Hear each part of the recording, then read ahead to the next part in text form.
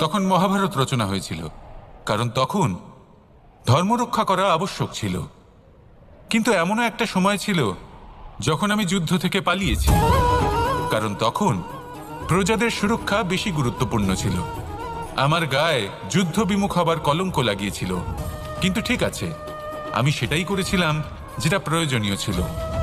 শ্রীরামও লঙ্কা গিয়ে রাবণকে হত্যা করার পূর্বে 4 মাস ধরে অপেক্ষা করেছিলেন। অপেক্ষায় ছিলেন কবে সেই সেতু সম্পন্ন হবে, তারপরে গিয়ে রাবণকে পরাস্ত করলেন, তাকে বধ করলেন। জীবনে কখনো কখনো থেমে যাওয়া বা পিছু হটে যাওয়া কার্যকর হতে পারে। এটা প্রত্যেক সময়ের উপরে নির্ভর করে। শত্রু যে কেউ হতে পারে, যখন খুশি আক্রমণ করতে পারে। কোনো মানুষ হতে পারে, আবার কোনো দানবও হতে পারে। আমাদের নিজেদের মানসিকতা হতে পারে, কোনো অসুখ হতে পারে, মহামারীও হতে পারে। সেক্ষেত্রে সেটাই করুন যেটা উচিত মনে হয়। দেখুন, প্রত্যেকবার নারায়ণ তো আপনাকে সাহায্য করতে আসবেন না। অনেক সময় মানুষকে নিজেকেই সেই বাধার সম্মুখীন হয়ে তাকে পরাস্ত করতে হয়। আর এমনিতেও কথায় আছে যে প্রত্যেক নরের মধ্যে নারায়ণ আছেন। তাই অন্তরের নারায়ণকে জাগ্রত করুন, আর যা সমস্যা আছে তাকে সমাপ্ত করে ফেলুন, তা সে যতই পিছু হটে করতে হোক না কেন। আসুন আর আমার সাথে ভালোবেসে বলুন, রাধা রাধা। অনেক সময় এমন হয় যখন মানুষ আমাদের সত্যকে অস্বীকার করতে থাকেন আর মানুষের মিথ্যে কথাগুলিকে গ্রহণ করেন, তাও আবার অত্যন্ত সহজে। তখন আমাদের খুব দুঃখ হয়, বড়ই ক্রোধ হয় মানুষের এই মানসিকতা নিয়ে। কিন্তু এটা জানা অত্যন্ত গুরুত্বপূর্ণ যে এমন কেন হয়। কারণটা কি আপনি? আপনারই কি কোনো দোষ রয়েছে? কখনোই নয়।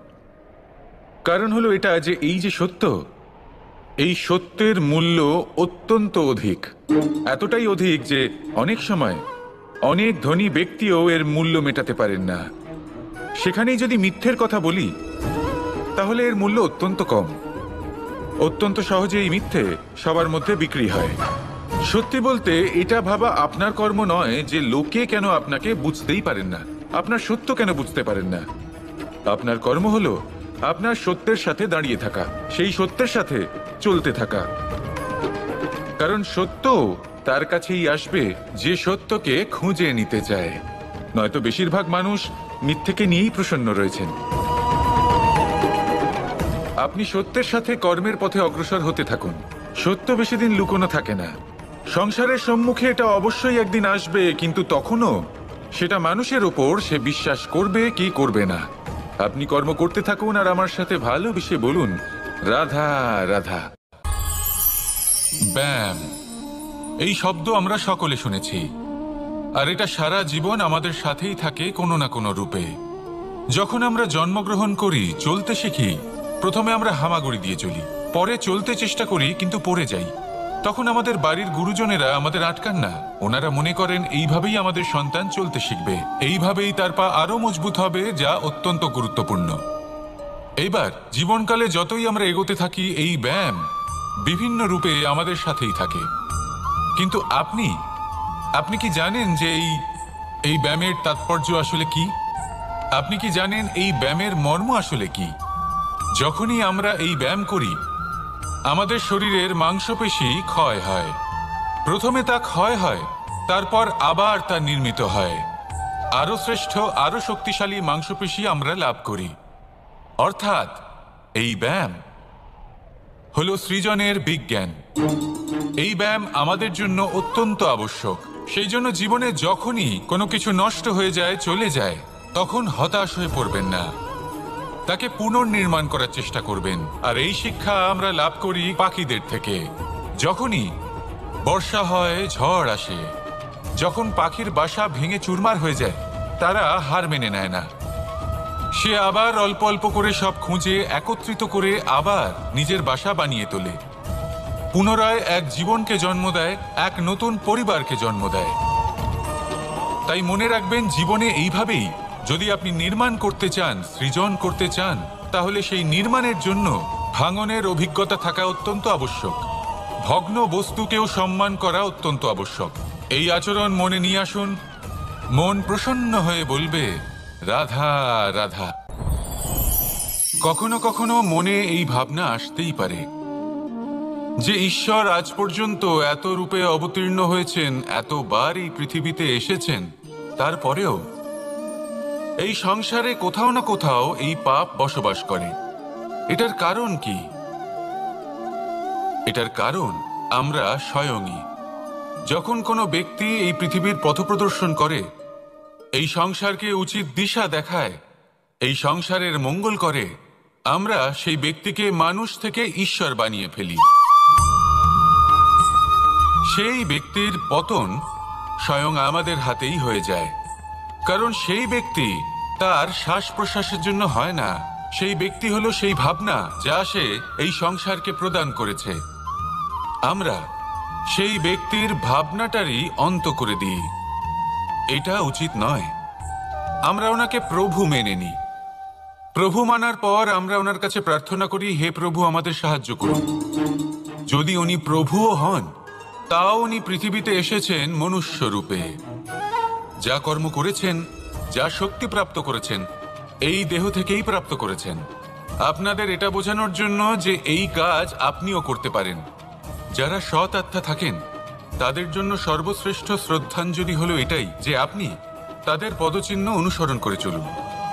না ওনাদের স্মরণে থাকুন, না পুষ্পের মালা ওনাদের চরণে রাখুন, বরং তাদের ভাবনাকে অনুসরণ করে সেই ভাবনা নিয়ে এগিয়ে চলুন।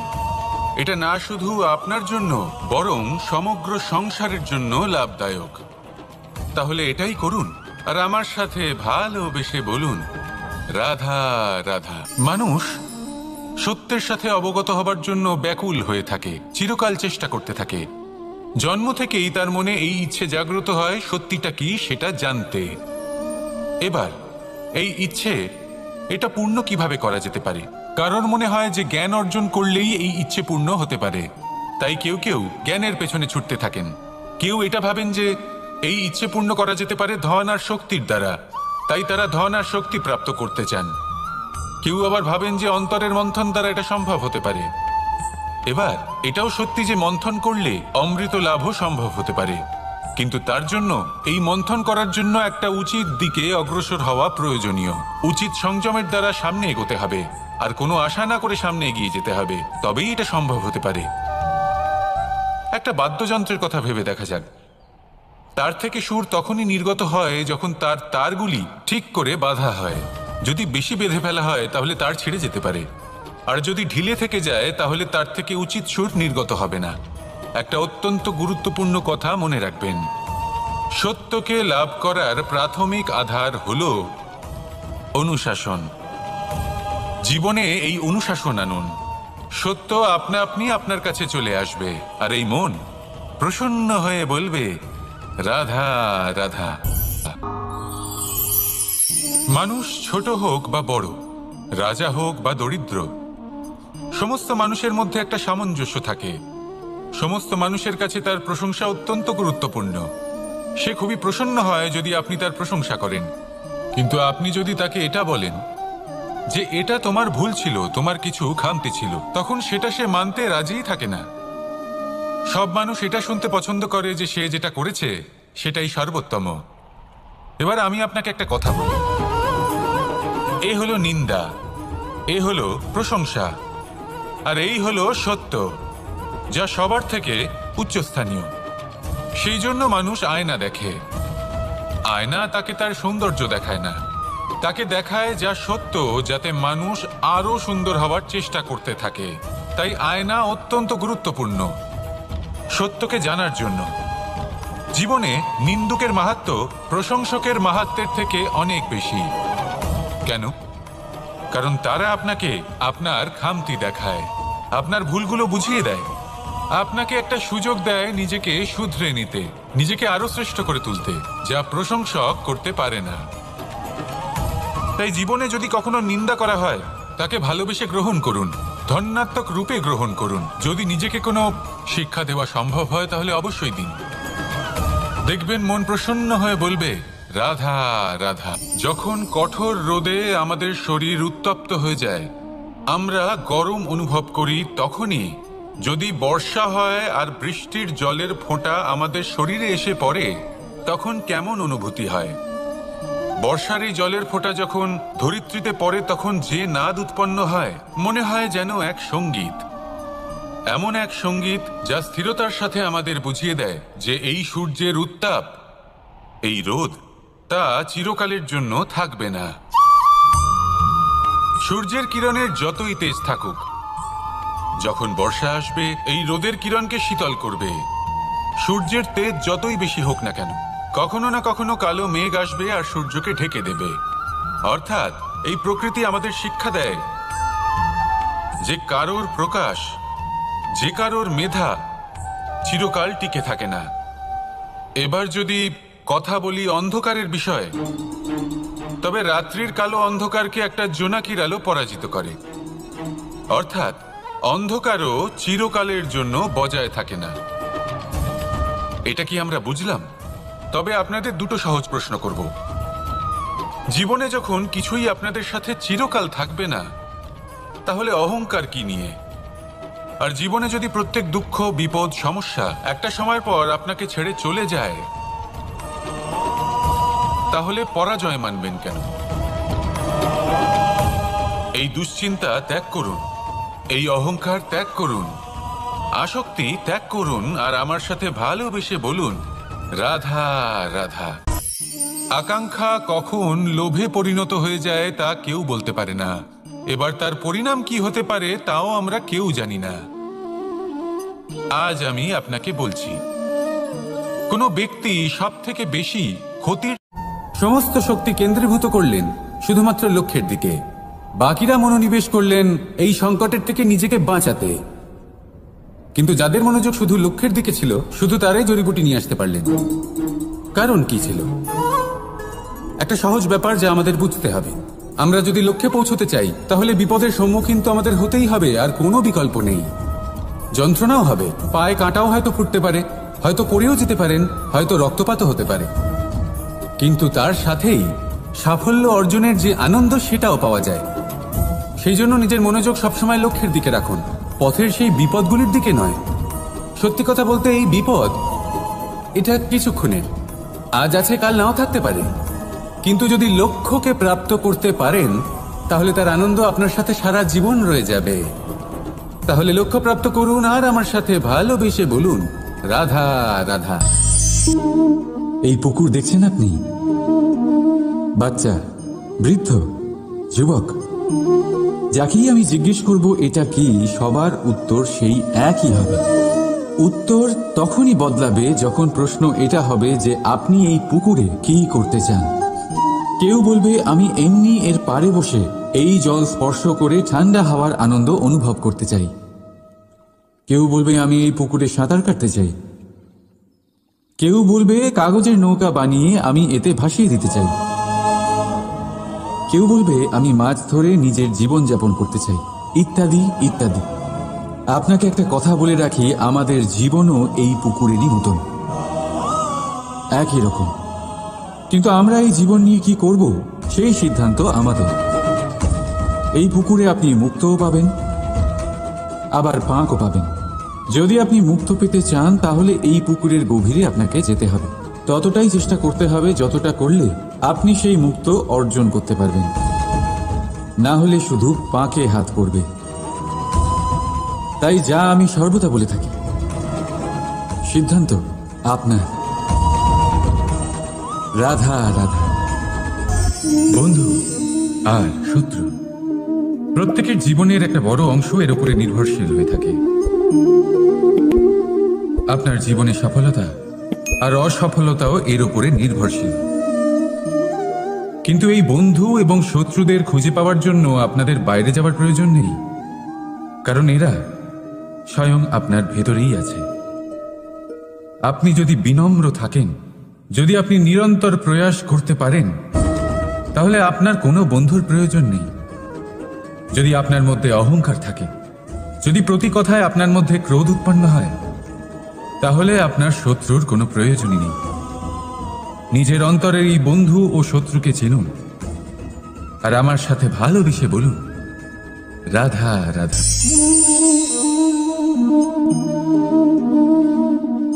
দুধ আর মাখন যদি আমি আপনাকে জিজ্ঞেস করি এই দুইয়ের মধ্যে সম্পর্ক কি, আপনি বলবেন এ তো সহজ ব্যাপার, দুধ থেকেই তো মাখন তৈরি করা হয়। যদি আমি আপনাকে জিজ্ঞেস করি এই দুইয়ের মধ্যে তফাৎ কি, তাহলে কেউ বলবেন একটা তরল হলে অন্যটা খুবই গাঢ়, কেউ বলবেন একজন পিতা আর অন্যজন সন্তান। না, এই দুইয়ের মধ্যে তফাৎ হলো শুদ্ধতা। মাখন দুধের থেকে অনেক বেশি শুদ্ধ। এই বিষয়টা কিছুটা এইভাবে বোঝা যেতে পারে। যদি কোনো পোকা এসে সেই পাত্রে পড়ে যেখানে দুধ আছে, আপনি কি করেন? আপনি সেই দুধ ফেলে দেন। কিন্তু যদি কোনো পোকা এসে সেই পাত্রে পড়ে যেখানে মাখন আছে, তখন আপনি কি করেন? আপনি সেই পোকা বের করে ফেলে দেন। সেই পোকা নোংরা, সেই পোকা দূষিত। আর যদি আমাদের মন তরল হয়, তাহলে এই পোকা আমাদের মন দূষিত করে দেবে, তা নোংরা করে দেবে। কিন্তু যদি আমাদের মন মাখনের মতো শুদ্ধ হয়, তাহলে কুচিন্তা আপনা থেকেই চলে যাবে।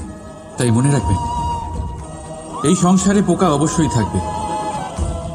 আপনি দুধ হবেন নাকি মাখন, সিদ্ধান্ত আপনার। রাধা রাধা। আপনি কখনো কোনো বাজকে নিজের বাসা বানাতে দেখেছেন? এই বাজ যখনই কোনো বাসা বানায়, তখন উঁচু গাছের ডালে বা কোনো পর্বতের শিখরে বাসা বানায়, অনেক উচ্চতায়। আর সেখানে তার সন্তানও জন্মগ্রহণ করে। যখন এই সন্তানেরা জন্মায়, তখন এই বাজ খুবই ভালোবেসে এবং খুব সাবধানে এদের পালন পোষণ করে। নিজের ঠোঁট দিয়ে তাদের ঠোঁটে খাবার পরিবেশন করে। কিন্তু যেই সেই সন্তানেরা হৃষ্টপুষ্ট হয়ে যায় এবং সেই কথা বাজ নিজে বুঝতে পেরে যায়, সেই বাজ নিজেই সেই বাসা ছিন্ন ভিন্ন করে দেয়। সেই সন্তান যাদের সবেমাত্র ডানা গজিয়েছে, কিভাবে উঠতে হয় তারা জানে না, সেই সন্তানগুলিকে উচ্চতা থেকে ঠেলে দেয়। সেই সন্তান প্রথমে ভয়ভীত হয়ে যায়। তারা সামনে মৃত্যুকে দেখতে পেয়ে ভয়ের কারণে তাদের ডানা ঝাপটাতে থাকে। আর সেই প্রক্রিয়াতেই সেই সন্তানগুলি উড়তে শুরু করে দেয়। এবার এই ঘটনায় আমরা কি শিক্ষা পেতে পারি? এটাই, যদি আপনি মাতা পিতা হন, তাহলে নিজের সন্তানকে অবশ্যই স্নেহ করুন, কিন্তু তাদেরকে নিজের আঁচলের তলায় বেঁধে রাখবেন না। যদি আপনি চান আপনার সন্তান জীবনে উন্নতি করুক, তাহলে নিজের মুঠো থেকে তাদের স্বতন্ত্র করে দিন। এই সংসারে সংঘর্ষ করতে দিন।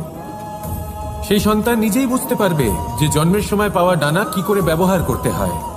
আর আপনার চোখের সামনে আপনার সন্তান এই আকাশে উড়তে থাকবে। তাহলে আসুন আমার সাথে ভালোবেসে বলুন, রাধা রাধা। যজ্ঞের আগুনকে শুভ বলে মনে করা হয়, আর সেখানেই চিতার আগুনকে অশুভ মনে করা হয়। এমনটা কেন হয়? এখানে বিষয়টা হলো লক্ষ্য, বিচার এবং সঙ্গের। যখন আমরা যজ্ঞ করি, তখন আমাদের লক্ষ্য কি হয়? পরিবেশকে আরো পবিত্র করে তোলা, ইতিবাচক করে তোলা। আমাদের লক্ষ্য শুভ হয়। তারপরে আসে বিচার। এই পরিস্থিতিতে সেই বিচার হলো অগ্নি। স্ফুলিঙ্গ থেকে তীব্র আকার ধারণ করে সমস্ত কাঠকে পুড়িয়ে দেয় এবং সুগন্ধ ছড়িয়ে দেয়। অর্থাৎ যদি আপনার লক্ষ্য শুভ হয়, তাহলে তার নিজেই শুভ বিচারধারাকে আমন্ত্রণ জানায়। এই শুভ বিচার তখনই আসবে যখন আপনার সংকল্প শুভ হবে। অন্যদিকে হলো চিতার আগুন। এর লক্ষ্য কি? একটা দেহকে পরধামে পৌঁছে দেওয়া। সবার শেষে সবকিছু আপনার উপরে নির্ভরশীল যে আপনি কোনটা চয়ন করতে চান। আপনার লক্ষ্য যদি শুভ হয়, তাহলে আপনার বিচার এবং সঙ্গতি আর তার পরিণাম সবই শুভ হবে। আসুন আর আমার সাথে ভালোবেসে বলুন, রাধা রাধা। মানুষ কর্ম করেন। আমি বারংবার বলি যে ফলের আশা করবেন না। তাও মানুষ কোথাও না কোথাও নিজের কর্মের বদলে কোনো না কোনো ফলের আশা অবশ্যই রাখেন। কখনো তিনি সফল হন, কখনো অসফল। সেই জন্যই আমি বলি যে ফলের আশা কখনো রাখবেন না, কারণ সাফল্য বা অসফলতা মনের মধ্যে রাখলে কখনো কোনো লাভ হয় না। যদি সাফল্য মনের মধ্যে রাখেন, তাহলে অহংকার জন্ম নেবে। যদি অসফলতা মনের মধ্যে রাখেন, তাহলে এক হীনমন্যতায় আপনি ভুগবেন, যা দিয়ে কোনো শুভ কর্ম হবে না। সেই জন্য শুধুই কর্ম করে যান, কর্মেই মগ্ন থাকুন।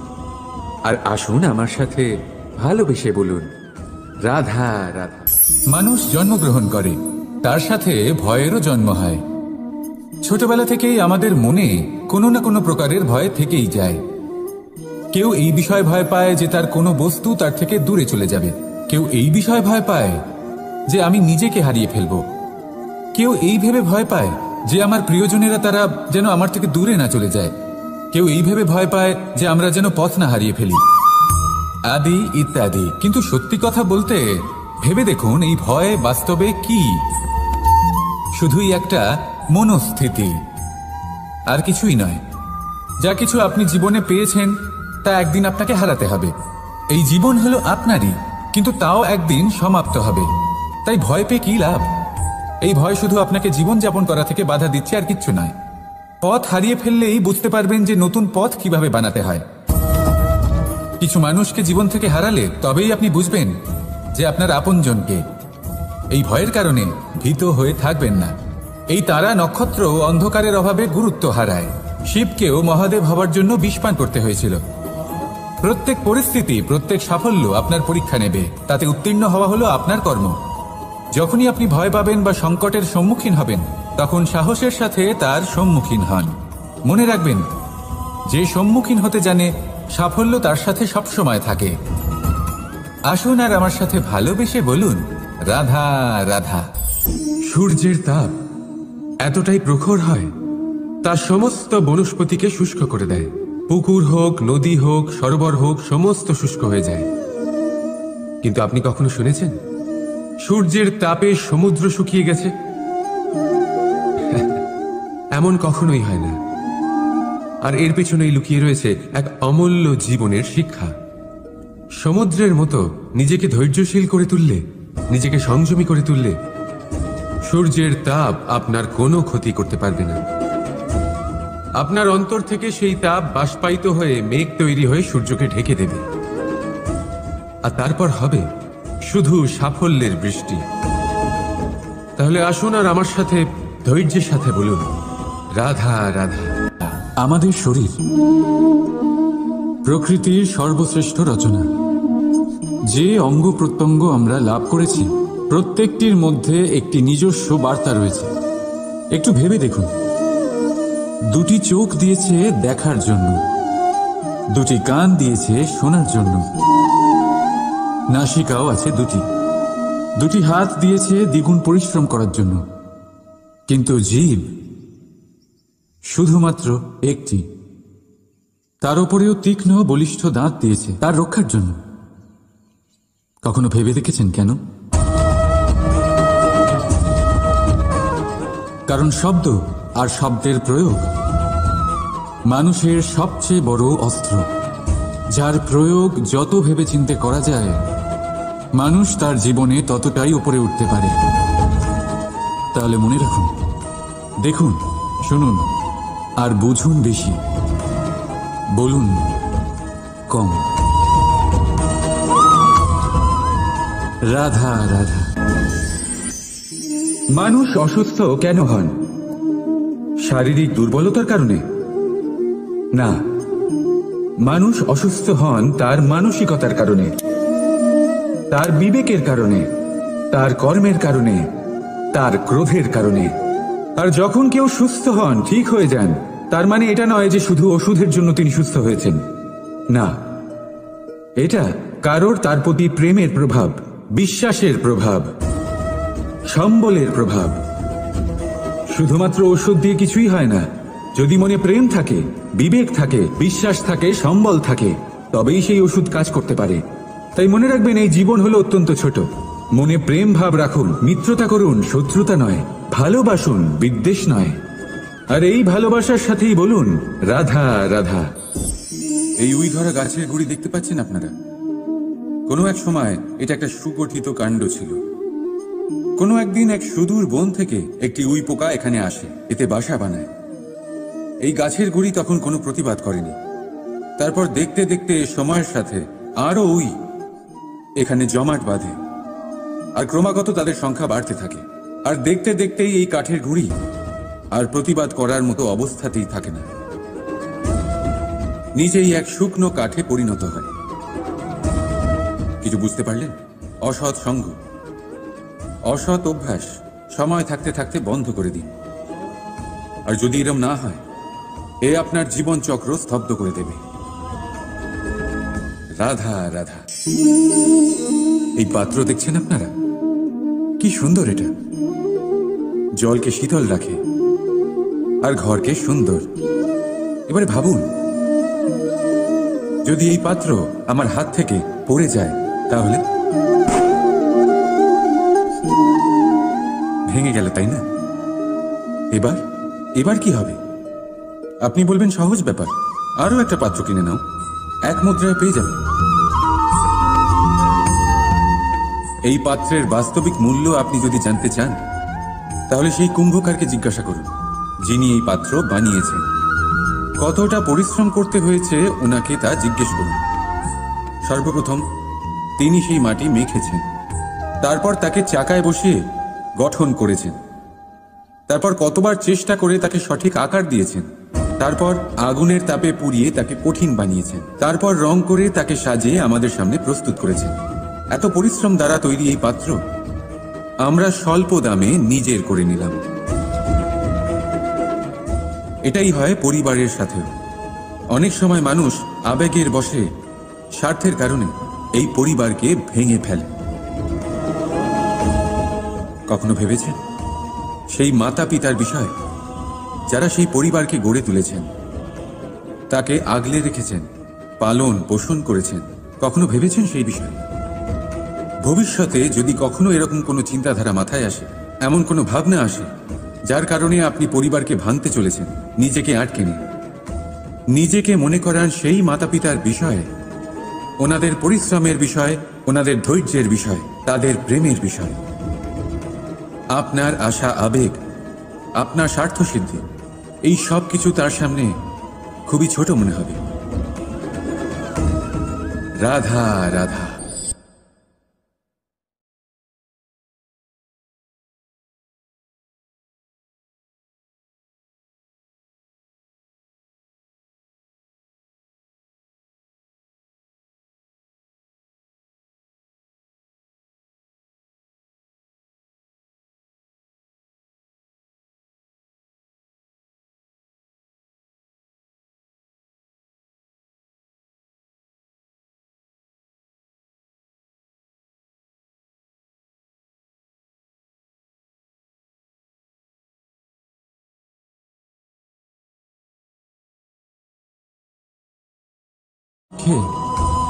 এক আদর্শ হয়ে ওঠে।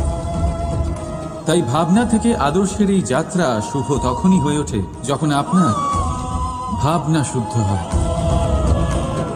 এই সংসারে, এই জীবনে নিজের ভাবনা শুভ রাখলে, শুদ্ধ করলে আপনার মন সুপ্রসন্ন হয়ে বলবে রাধা রাধা। সুরক্ষা প্রত্যেক ব্যক্তির জন্য গুরুত্বপূর্ণ, কিন্তু এটাই মানুষের সব থেকে বড় শত্রু। কিভাবে? ভেবে দেখুন, একজন মানুষ যখন একটা সুরক্ষিত পরিবেশে থাকে তখন তার মধ্যে আলস্য চলে আসে। সে জানে যে আমাকে না ভবিষ্যতের জন্য কিছু করতে হবে আর না আজকের জন্য কিছু করতে হবে, শুধুই জীবন যাপন করতে হবে। এই সুরক্ষা কবচ থেকে বাইরে বেরোনো অত্যন্ত জরুরি। ভাবুন, পাখি যে তার সন্তানকে জন্ম দেয়, কিছুদিন পরে তাকে তার বাসা থেকে বের করে দেয়। কেন? যদি এরকম না করে তাহলে সেই সন্তান জীবন কাটাতেই শিখবে না। যদি তাকে ডাল থেকে নিচে না ফেলে দেয়, সেই সন্তান উঠতেই শিখবে না, তার পাখনা শক্তিশালী হবেই না, সে তার নিজের বাসা তৈরি করার চেষ্টাই করবে না। পাখি তার বাসা তখন তৈরি করে যখন তার অভিভাবক তাকে ত্যাগ করে। মনে রাখবেন, আপনি সুরক্ষা কবচের বাইরে বেরোলে বিপদ অবশ্যই আসবে, যার জন্য আপনি সতর্ক হবেন, তার মোকাবিলা করবেন, শক্তিশালী হবেন। এবার সেই বিপদ যাতে আর না আসে সেই জন্য আপনি পরিকল্পনা করবেন। তাই যদি আপনি নিজের বিকাশ চান, তাহলে যখনই আপনার মনে হবে যে আপনি একটা সুরক্ষিত পরিবেশে রয়েছেন, সুরক্ষিত কবচের মধ্যে রয়েছেন, তখন সেখান থেকে বাইরে বেরোন। সেখানেই পাবেন আপনার বিকাশ। রাধা রাধা। একে চিনতে পারলেন? একে কুঠার বলা হয়।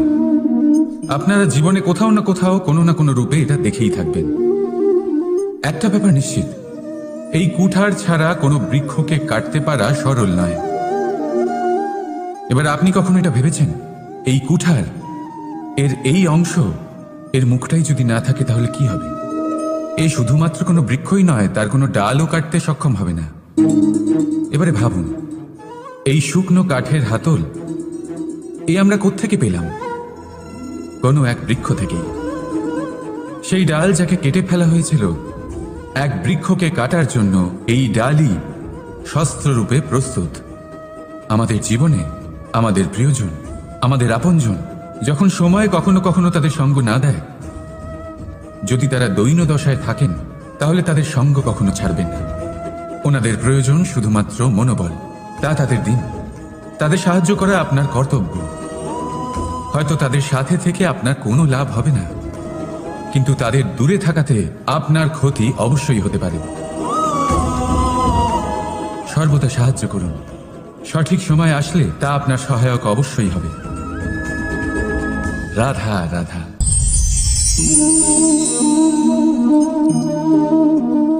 আপনি জীবনে কখনো না কখনো কোনো বৃক্ষকে জল অবশ্যই দিয়েছেন। কখনো মনে এই প্রশ্ন জাগেনি যে আমরা বৃক্ষের পাতায়, ফুলে, ডালে সেগুলোকে তো আমরা কখনো জল দিই না, তাও তাদের কাছে জল কি করে পৌঁছয়? তাও কিভাবে তারা জীবিত থাকে? আপনি বলবেন এ তো সহজ ব্যাপার, এই কেমন প্রশ্ন করছেন আপনি? গোড়ায় জল দিলে তা বৃক্ষের প্রতি অংশে অবশ্যই পৌঁছবে, তাই না? ঠিক এমনটাই হয় আমাদের কর্ম, আমাদের প্রেম। যদি স্বচ্ছ মনে কর্ম করেন, সেবা করেন, তাহলে কোনো না কোনোভাবে তা পরমেশ্বরের কাছে অবশ্যই পৌঁছবে। অন্তরাত্মা থেকে প্রেম করলে সর্বদাই তা উপচে পড়বে, আর তার দ্বিগুণ অবশ্যই ফেরত আসবে, এই বৃক্ষের ছায়ার মতন। তাই মন আর আত্মা দিয়ে কাজ করুন, মন আর আত্মা থেকে প্রেম করুন, আনন্দই আনন্দ পাবেন। রাধা রাধা। কেউ বলে জীবন খুব ক্ষণস্থায়ী, কেউ বলে জীবন হলো একটা সুন্দর স্বপ্নের মতো, আবার কেউ বলবে জীবন হলো এক কঠোর সত্য। কিন্তু জীবন আসলে কি? জীবন হলো আপনারই প্রতিবিম্ব, একটা দর্পণ। অর্থাৎ আপনি জীবনকে সেইভাবেই পাবেন যেরকম আপনি নিজেকে প্রতিপন্ন করবেন। যদি আপনি দর্পণের দিকে তাকিয়ে হাসেন, তাহলে আপনি সামনে হাসিমুখী দেখতে পাবেন। এবার যদি আপনি গম্ভীর হয়ে থাকেন, তাহলে আপনি একজন রুষ্ট ব্যক্তি দেখতে পাবেন। শেষে সবথেকে বেশি গুরুত্বপূর্ণ হলো আপনার চেষ্টা। আপনাকে সবসময় চেষ্টা করতে হবে যাতে আপনি নিজেকে প্রসন্ন এবং ইতিবাচক মনোভাবে রাখেন। এটা হলো আপনারই উত্তরদায়িত্ব, তাকে পালন করুন। এই মনকে প্রসন্ন রাখুন, এই সংসারকে সুন্দর বলে মনে হবে, আর এই মন প্রসন্ন হয়ে বলবে রাধা রাধা। প্রত্যেক প্রাণী ভালোভাবে জীবন যাপন করতে চান, এটা তাদের স্বভাবে আছে এবং ভাবাটা অনুচিত নয়। কিন্তু একটা ভালো জীবনের গুরুত্বপূর্ণ অংশ কোনটা? বসবাসের স্থান, সেই স্থান যেখানে আমরা জীবন অতিবাহিত করি। এবার মানুষ ভাবতে পারেন যে একটা ভালো বাসস্থানের অর্থ কি? সেই স্থান যেখানে সহজে জল পাওয়া যায়, যেখানে শুদ্ধ বায়ু পাওয়া যায়, যেখানে আনাজ উৎপন্ন হয়। এটা জীবনযাপনের জন্য পর্যাপ্ত বটে, কিন্তু ভালো জীবনযাপনের জন্য আরো একটা কথা আপনাকে বুঝতে হবে। সাধু, জ্ঞানী, পণ্ডিত ব্যক্তি, এই সকল মহাপুরুষ, এনাদের যে বাসস্থান তা অত্যন্ত বিশেষ হয়। এখানে এক ধরনের বিশেষ ইতিবাচক শক্তি থাকে, এমন একটা স্থান যেখানে দেবতারাও বিচরণ করেন। জীবন আমরা সবাই যাপন করি, কিন্তু জীবনের উদ্দেশ্য শুধুমাত্র জীবন যাপন করা নয়। জীবনের উদ্দেশ্য হল মুক্তি লাভ করা।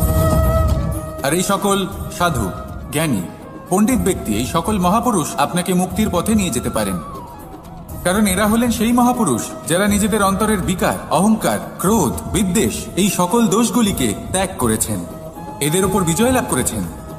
এমনই একজন ব্যক্তি আপনাকে মুক্তির পথে নিয়ে যেতে পারে। প্রয়োজন হলো শুধুই এনাদের চিনতে পারা, এদের কথা বুঝতে পারা এবং এদের দেখানো পথে চলা। যদি আপনি এটা করতে পারেন, তাহলে এই মন প্রফুল্ল হয়ে বলবে রাধা রাধা। এটা সেই নৌকার প্রতিরূপ যা আমাদের নদী পার করায়। এবার বিষয়টা একটু ভেবে দেখুন, সেই বিশাল নৌকা যা আমাদের নদী পার করায়, সেটার নির্মাণ নদীতে নয়, ডাঙায় হয়। আর যদি আমরা এটাকে নদী অবধি পৌঁছতে চাই, তাহলে আমাদের দরকার পড়ে কোনো গরুর গাড়ির অথবা ঘোড়ার গাড়ির। তার সাহায্যে একে বহন করা হয়। এবার পথে যদি কোনো জলধারা আসে, কোনো নদী আসে, আর সেটাকে পার করতে হয়, তাহলে তখন সেই নৌকার ওপরে গাড়ি রাখা হয়, তারপর তাকে পার করা হয়। অর্থাৎ এই যাত্রা দুজনের সংযোগ ছাড়া সম্পূর্ণ হতেই পারবে না। সেই জন্যই এই প্রবাদ আছে, কখনো নৌকা তো কখনো গাড়ি। আমাদের সম্পর্কের মধ্যে অতি আবশ্যক, আমাদের সম্পর্কের মধ্যে অত্যন্ত গুরুত্বপূর্ণ হল সংযোগ। সবসময় একসাথে চলা, সংযোগ স্থাপন করা, সবসময় সুখী থাকবেন। রাধা রাধা। পুস্তক, পুস্তক থেকে আমরা কি না শিখতে পারি। জ্ঞান হোক, বিজ্ঞান হোক, ইতিহাস হোক, সব শিখতে পারি। কথায় আছে, একটা ভালো পুস্তক, একটা ভালো গ্রন্থ পাওয়া তা 100 ভালো বন্ধু পাওয়ার সমান। কিন্তু যদি একটা ভালো বন্ধু পাওয়া যায়, তাহলে তা গোটা গ্রন্থাগারের সমতুল্য। সে আপনাকে কর্মের বিষয় জ্ঞান দেয়, সাফল্যের রসায়ন শিক্ষা দেয়, সে আপনাকে ইতিহাসে অমর করে রাখবে। শুধু তাই নয়, সে আপনাকে শুধু পথই দেখাবে না, সেই পথে আপনার সাথে সঙ্গী হয়ে চলবে সে। সেই জন্য জীবনে যদি কোনো ভালো বন্ধুকে পাশে পান, তাহলে তাকে আপন করে রাখবেন, তাকে সামলে রাখবেন, জীবন সহজ হয়ে যাবে। রাধা রাধা। বর্ষা ঋতু শুরু হলেই পাখিদের মধ্যে চাঞ্চল্য বেড়ে যায়। আর সেটা হবে নাই বা কেন? বাসা ভেঙে যায়, বৃক্ষ ভেঙে পড়ে, প্রত্যেক পাখি তার থাকার জন্য একটা নতুন জায়গার, একটা ছায়ার, একটা ছাদের খোঁজে থাকে। শুধু একটা পাখি এসব কিছুই করে না, না তো তার এসব সমস্যা নিয়ে কোনো চিন্তা থাকে, না কোনো দরকার পড়ে। আর সেই পাখি হলো বাজ। সেই সব সমস্ত ছোটখাটো সমস্যার থেকে অনেক দূরে ওপরে উড়ে বেড়ায়, মেঘের থেকেও অনেক উঁচুতে। তাই এই সব ছোটখাটো সমস্যা যা আপনার জীবনে এসে থাকে, এই সব নিজের চারপাশকে ঘিরতে দেবেন না। নিজের চিন্তা ভাবনাকে অনেক উঁচুতে রাখুন, আপনার সমস্ত সমস্যা নিজে থেকেই নিচে চলে আসবে। রাধা রাধা। একবার একটা শেয়াল বনে বিচরণ করছিল। ও একটা ছোট্ট শাবক দেখতে পেল। ও ভাবলো, আজ একেই আমি খাবার হিসেবে গ্রহণ করব। আশেপাশে দেখলেও কেউ দেখছে না তো, কেউ ছিল না। আর সেই শাবকের ওপর আক্রমণ করল, যা হলো একটা ঘোর অপরাধ। বনের নিয়ম অনুসারে আপনি কখনোই শাবকের ওপর আক্রমণ করতে পারেন না। তারপর এই খবরটা যখন রাজা সিংহ জানতে পারলেন, সভার আয়োজন করলেন। কিন্তু সেখানে শেয়াল বলল, আমি তো এরকম কিছু করিনি। কিন্তু যদি আপনি এরকম বলেন, কোনো প্রমাণ দিন, এর কোনো সাক্ষী আছে? তখন রাজা সিংহ পেঁচাকে ডেকে পাঠালেন, যে সেই মুহূর্তে বৃক্ষের শাখার ওপর বসেছিল। সে সব কিছু দেখেছিল। পেঁচা সব সত্যি কথা বলল, আর শেয়ালকে মৃত্যুদণ্ড দেয়া হলো। এবার এই কাহিনী আমি আপনাকে কেন শোনালাম? কারণ মানুষও কখনো কখনো এরকম কর্ম করেন যা শিয়াল করেছে। এটা ভাবেন কেউ দেখছে না, যখন আমি অনুচিত কর্ম করতেই পারি। কিন্তু না, আপনি যাই করুন না কেন, কেউ না কেউ অবশ্যই তা দেখছে। কোনো ব্যক্তি না হলেও কোনো প্রাণী, না হলে কোনো যক্ষ বা দেব বা প্রেত। যদি এনারা কেউ না দেখেন, তাহলে ধরিত্রী মাতা দেখেন, যেখানে দাঁড়িয়ে আপনি সেই কর্ম করছেন, তাই না? তাই একটা কথা সবসময় মনে রাখবেন, কে দেখছেন কে দেখছেন না সেই বিষয়ে ভাবা ছেড়ে দিন। এটা খুব সহজ কথা। আপনি যদি উচিত কর্ম করেন, উচিত ফল পাবেন। যদি অনুচিত কর্ম করেন, তাহলে আপনি অনুচিত ফল অবশ্যই পাবেন। সেই জন্য উচিত পথে চলতে থাকুন, উচিত কর্ম করতে থাকুন, আর আমার সাথে ভালোবেসে বলুন, রাধা রাধা। আপনি কখনো কোনো ইঁদুর দেখেছেন? তার সবসময় কিছু না কিছু চাই, ঠোকরাতে থাকে সারা দিন সারা রাত। কখনো আপনার রান্নাঘর থেকে কিছু নেবে, তো কখনো ভাড়ার ঘর থেকে কিছু নেবে। কখনো আপনার জামা ছিঁড়বে, কিছু তুলে নিজের গর্তে নিয়ে চলে যাবে। কিন্তু আপনি দেখুন, সে কখনোই সন্তুষ্ট হয় না, ওর পেট কখনোই ভরে না। ঠিক তারই বিপরীত হলো নদী। কারোর থেকে কিছুই নেয় না, শুধুই দান করে। নিজের জল এই প্রকৃতিকে বিলিয়ে দেয়, এই ধরাকে ভিজিয়ে বয়ে চলে, এই প্রকৃতিকে একটা নতুন জন্ম দেয়। আর এই নদী যে সবসময় শুধুমাত্র দান করে, আপনি দেখবেন এই নদী কখনোই খালি হয়ে যায় না। এটা থেকে আপনি কি শিখলেন? যে সবসময় ছিনিয়ে খায়, সে সবসময় অভুক্তই থাকে।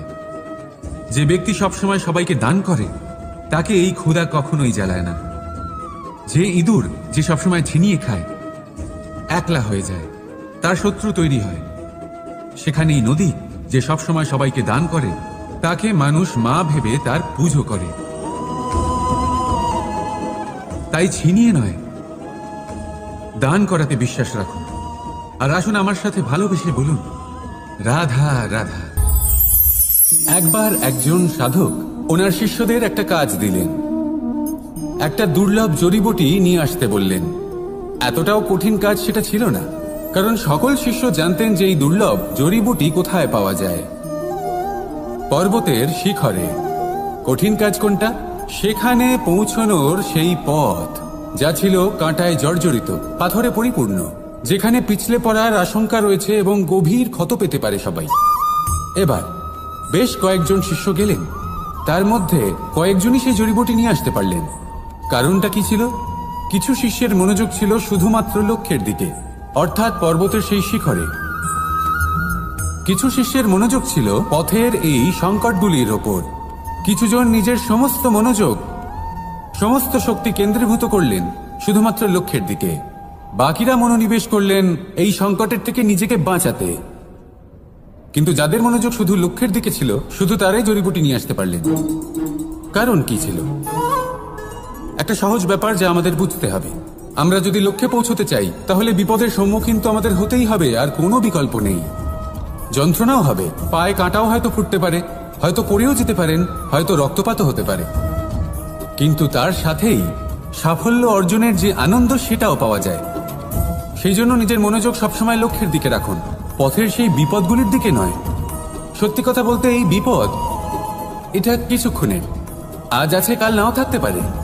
কিন্তু যদি লক্ষ্যকে প্রাপ্ত করতে পারেন, তাহলে তার আনন্দ আপনার সাথে সারা জীবন রয়ে যাবে। তাহলে লক্ষ্য প্রাপ্ত করুন আর আমার সাথে ভালোবেসে বলুন, রাধা রাধা। এই পুকুর দেখছেন আপনি? বাচ্চা, বৃদ্ধ, যুবক, যাকেই আমি জিজ্ঞেস করব এটা কি, সবার উত্তর সেই একই হবে। উত্তর তখনই বদলাবে যখন প্রশ্ন এটা হবে যে আপনি এই পুকুরে কি করতে চান। কেউ বলবে আমি এমনি এর পাড়ে বসে এই জল স্পর্শ করে ঠান্ডা হাওয়ার আনন্দ অনুভব করতে চাই। কেউ বলবে আমি এই পুকুরে সাঁতার কাটতে চাই। কেউ বলবে কাগজের নৌকা বানিয়ে আমি এতে ভাসিয়ে দিতে চাই। কেউ বলবে আমি মাছ ধরে নিজের জীবন যাপন করতে চাই, ইত্যাদি ইত্যাদি। আপনাকে একটা কথা বলে রাখছি, পৃথিবীতে এমন কোনো বাহন নেই যে তার আরোহীকে আছড়ে ফেলেনি। সেটা উট হোক বা হাতি হোক বা ঘোড়া হোক, চলতে চলতে কখনো নড়বড় করেই বসে। তারপর সেই আরোহী পড়ে কারোর পায়, তারপর পড়ে তার নিজের নজরে। কিন্তু ধৈর্যরূপী বাহন কখনো কাউকে ফেলে না, কখনো না। না সেই আরোহী কারোর পায়ে পড়ে, আর না তো নিজের নজরে। কারণ ধৈর্য আপনাকে বিবেক প্রদান করে, বিবেক আপনাকে পরিকল্পনায় সাহায্য করে, আর পরিকল্পনা প্রদান করে আপনাকে শক্তি আপনার লক্ষ্যের দিকে অগ্রসর হওয়া। বুঝলেন? ধৈর্যকে সঙ্গে রাখুন, নিজেকে আরো ধৈর্যশীল করে তুলুন। এই ধৈর্যের সাহায্যে আরোহণ করে দেখুন কিভাবে এই বাহন আপনাকে আপনার গন্তব্যে পৌঁছে দেবে।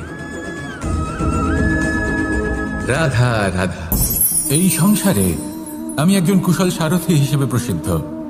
কিন্তু এমনটা ঠিক কেন? কারণ আমি প্রত্যেকটা মুহূর্তে রথের নিয়ন্ত্রণ নিজের হাতে পূর্ণরূপে রাখি। যেই না রথ পথভ্রষ্ট হয়ে পড়ে, সেই মুহূর্তে তাকে সঠিক পথে নিয়ে আসি। শুধু সেই জন্য সবাই আমাকে কুশল সারথি বলেন। এবার আপনাকেও আপনার জীবনে কুশল সারথি হয়ে উঠতে হবে। অর্থাৎ আপনাকে রথ চালাতে হবে না, শুধু আবেগের উপর নিয়ন্ত্রণ রাখতে হবে। কখনো কখনো জীবনে এমন কাজ আসে যেখানে মন রসবোধ খুঁজে পায় না। তখন মন বারংবার সেই পথ থেকে সরে যায়, সেই পথ থেকে বিচলিত হয়ে মন অন্যদিকে চলে যায়। তখন আপনাকে আপনার মনের ওপর পূর্ণ নিয়ন্ত্রণ রাখতে হবে, তার রাশ নিজের হাতে পূর্ণরূপে ধরে রাখতে হবে। যেই না মন পথভ্রষ্ট হবে, তাকে পথে নিয়ে আসতে হবে, আবার পথ হারাবে, আবার পথে নিয়ে আসতে হবে। তাই মনে রাখবেন, যদি আপনি নিজের মনকে নিয়ন্ত্রণ করতে পারেন, নিজের জীবনকেও নিয়ন্ত্রণ করতে পারবেন। নিজের জীবনে কুশল সারথি হয়ে উঠুন, তাহলে মনোবাঞ্ছিত স্থানে এবং লক্ষ্যে পৌঁছতে পারবেন। আর তখন এই মন আর এই জীবন প্রসন্ন হয়ে বলবে, রাধা রাধা। মানুষের স্বভাব হলো যে সে সবসময় নিজে বলতে চায়, কারুর কথা শুনতে চায় না। কিন্তু তার এই স্বভাব তাকে এক বিশাল বড় জ্ঞানের থেকে দূরে সরিয়ে রাখে, সামনের মানুষের ব্যক্তিত্বের জ্ঞানের থেকে দূরে। তাই